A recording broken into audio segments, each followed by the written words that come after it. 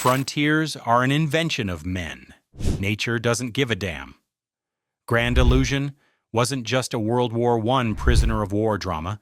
It was a poetic rebellion against nationalism disguised as a war film. Behind the elegance lay danger. The Nazi regime tried to erase it. The French censors panicked. Film reels vanished in wartime chaos and reappeared decades later like buried treasure. Today, we reveal 20 weird facts about Grand Illusion, secrets of censorship, lost film reels, rivalries, and redemption. Fact number 20, the Nazis banned it immediately. When Grand Illusion premiered in 1937, it was hailed as a masterpiece of humanism. But Joseph Goebbels called it dangerous. He labeled it cinematic enemy number one. The reason was simple. The film showed German officers as cultured men, not monsters. It humanized the enemy and condemned nationalism at a time when propaganda demanded hatred.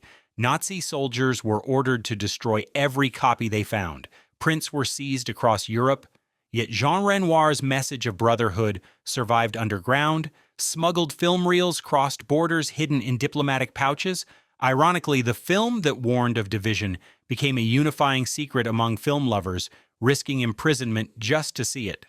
Fact number 19, Renoir shot it before World War II erupted. Jean Renoir sensed something terrible was coming. Europe was on edge. He wrote and shot Grand Illusion as a warning. Filming took place in 1936 in French military forts and real alpine snow. Many crew members were World War I veterans. The authenticity is haunting because most of those extras would later be drafted again for World War II. Renoir predicted history repeating itself. He once said the war never truly ended for France, it just changed uniforms. Watching the film today feels eerie because the world it warns about was only 2 years away from collapsing. It wasn't just fiction, it was prophecy captured on nitrate film. Fact number 18. A friendship between enemies inspired it. Renoir's story came from a real friendship. His own brother Jean was a pilot during the Great War and was shot down, then rescued by a German officer who treated him kindly. That act of compassion haunted Renoir. He built Grand Illusion around the idea that social class and empathy can transcend war. Captain Boieldieu and von Rauffenstein represent nobility trapped by honor codes older than the conflict itself. Renoir used this to show that the real divide was not national but social. The upper-class officers were doomed relics while the working men sought survival and peace. The illusion was not war. It was hierarchy. Fact number 17. Erich von Stroheim nearly quit over his uniform. Erich von Stroheim played the aristocratic German officer von Rauffenstein with obsessive precision, but he demanded absolute historical accuracy even for his collar height and medal placement. When the costume department delivered a slightly incorrect uniform, he refused to shoot. He claimed a Prussian officer would never wear it. Production halted for hours while Renoir calmed him down. Stroheim was notorious for perfectionism. He even shaved his head bald to look more severe. His authority on set intimidated everyone, yet Renoir admired him, calling him the embodiment of tragedy. Stroheim said later the film was his favorite role because it showed that even enemies can be gentlemen. Fact number 16. The title was suggested by a painter. The phrase Grand Illusion didn't come from Renoir. It came from a French painter friend who had read Norman Angel's book, The Great Illusion, about the futility of war. Renoir adapted the title to fit his own idea that class systems and borders were illusions society refused to see. The painter told him the real illusion wasn't just nationalism, it was believing that war could solve anything. Renoir embraced that philosophy and layered it throughout every frame. When the prisoners tunnel through walls, he shows literal illusions of escape that mirror their emotional confinement. It's a title that transcended its source to define an entire anti-war movement in cinema. Fact number 15. Jean Gabin's prison scenes were too real. Jean Gabin wasn't acting when he looked exhausted in the prison camp scenes. Renoir insisted on real conditions. The set was built inside an abandoned fortress near Annecy where temperatures dropped below freezing. Actors wore authentic wool uniforms soaked with water to mimic sweat and frost. Gabin lost weight and developed a chronic cough during filming. Crew members reported he refused special treatment, saying if soldiers endured it, so would he.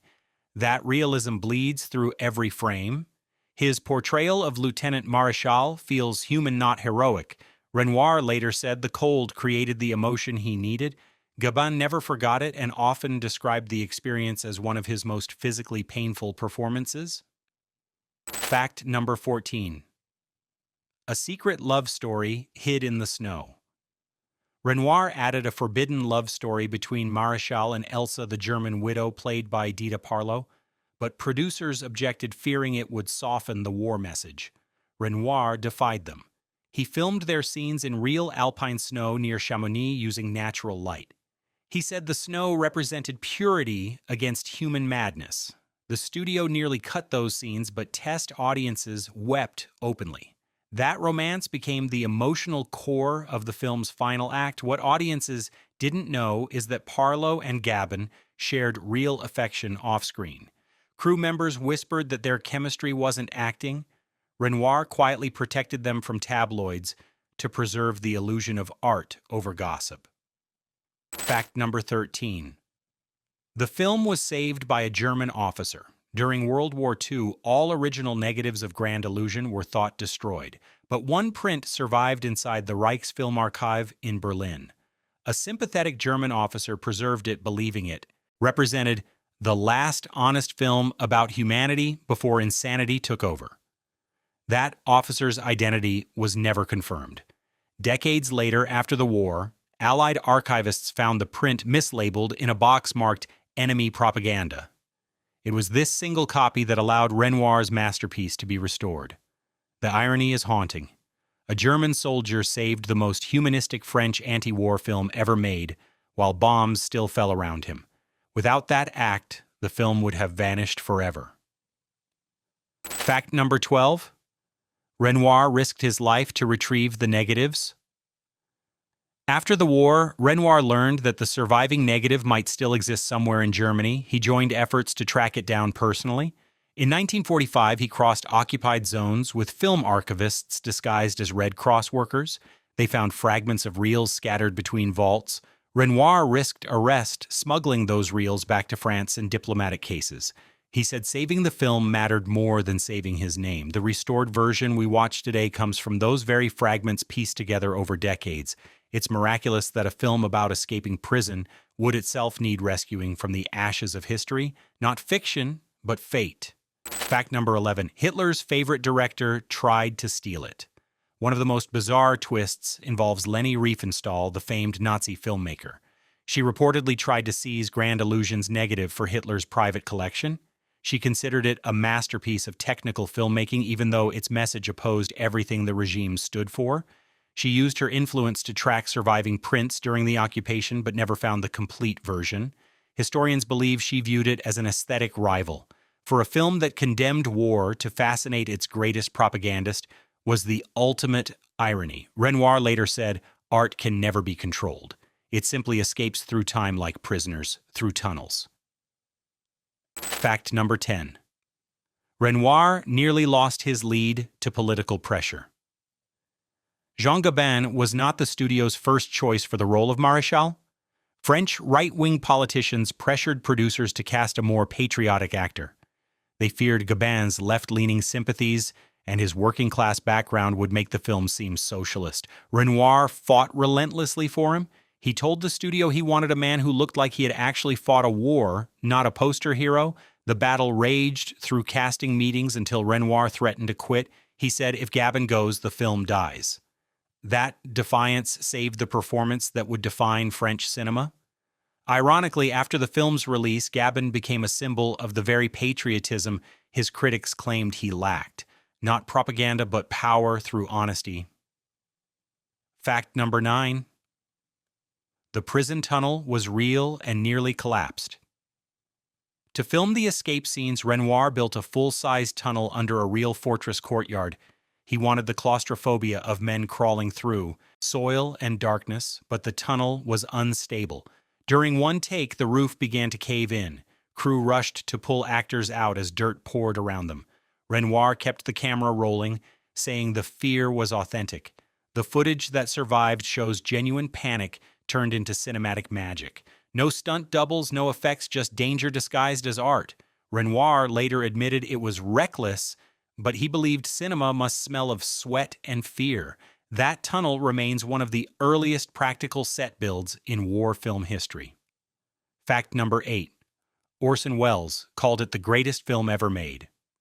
Decades after its release, Orson Welles famously declared Grand Illusion the one film he would take to a desert island. He said it represented the perfect union of art and humanity. Coming from Welles, that praise meant something. He admired its invisible direction, its refusal to moralize, and its tenderness toward enemies. Welles claimed every frame was painted with compassion. Renoir responded humbly, saying he only filmed what he knew: war and forgiveness. The connection between those two giants bridged continents. Grand Illusion influenced Welles's own approach to ensemble storytelling, especially in The Magnificent Ambersons. It wasn't just admired, it shaped cinema's conscience. Fact number 7. It was the first foreign film nominated for an Oscar. In 1939, the Academy broke precedent by nominating Grand Illusion for Best Picture. It was the first non-English film ever to receive that honor. Hollywood was stunned. At a time when subtitles were seen as box office poison, the film transcended language barriers through pure emotion. Renoir didn't attend the ceremony, but his name echoed through the industry. Critics called it proof that art could unite nations even as war divided them. The nomination opened doors for international cinema in America, paving the way for Fellini, Kurosawa, and Bergman. Grand Illusion didn't win, but it permanently changed what the Oscars considered worthy of greatness. Fact number 6. Renoir's father's paintings inspired the look. Jean Renoir was the son of the legendary painter Auguste Renoir, and his father's impressionist style seeped into every shot. He told his cinematographer he wanted light to behave like brushstrokes. Soft edges, misty air, and diffused sunlight give the prison camp a painterly warmth despite its bleakness. Renoir even used his father's old color studies as visual references, though the film itself was black and white. That artistic DNA gave Grand Illusion a texture unlike any other war movie. It wasn't about mud and blood, it was about light and empathy. The camera became a canvas and the battlefield a portrait of lost humanity. Fact number 5. The script was rewritten daily on set. Jean Renoir hated rigid scripts. He rewrote dialogue every morning, often minutes before filming. Actors were frustrated because scenes kept changing. Jean Gabin once joked he never knew which war he was fighting when the cameras rolled. But Renoir believed spontaneity created truth. He encouraged improvisation and subtle gestures that felt alive. The result was a natural rhythm that defied early sound film stiffness. This chaos forged intimacy. You can see actors reacting to each other in real time, not memorizing lines, but living them. Renoir said, "Cinema should breathe like people do, unpredictable and imperfect." That constant rewriting turned a simple prisoner escape story into a living human symphony that never repeats the same note twice. Fact number 4. Renoir used real World War I weapons.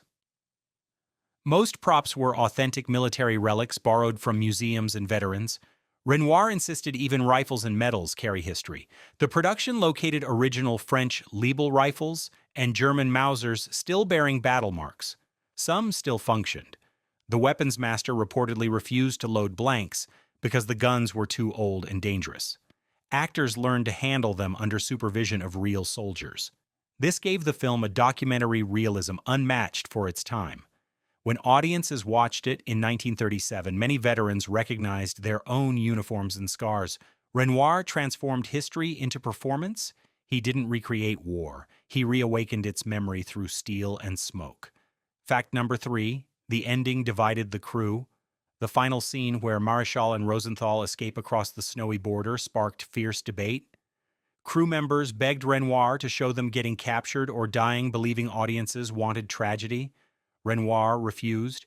He said mercy was the revolution. He filmed them walking into Switzerland, disappearing into white silence.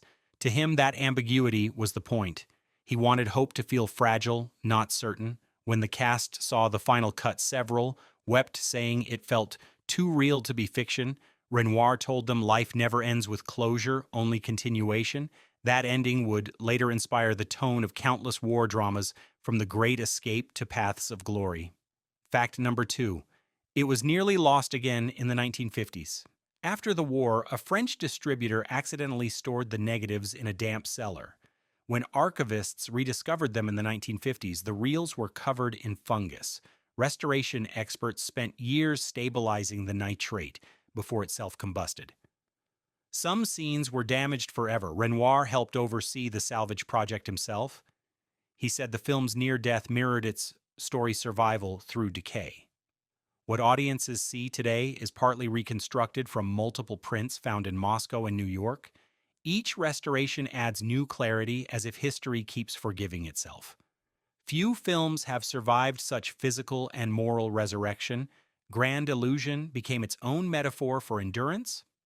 Fact number 1, it was smuggled into the Vatican. During the late 1930s, Grand Illusion was secretly screened at the Vatican.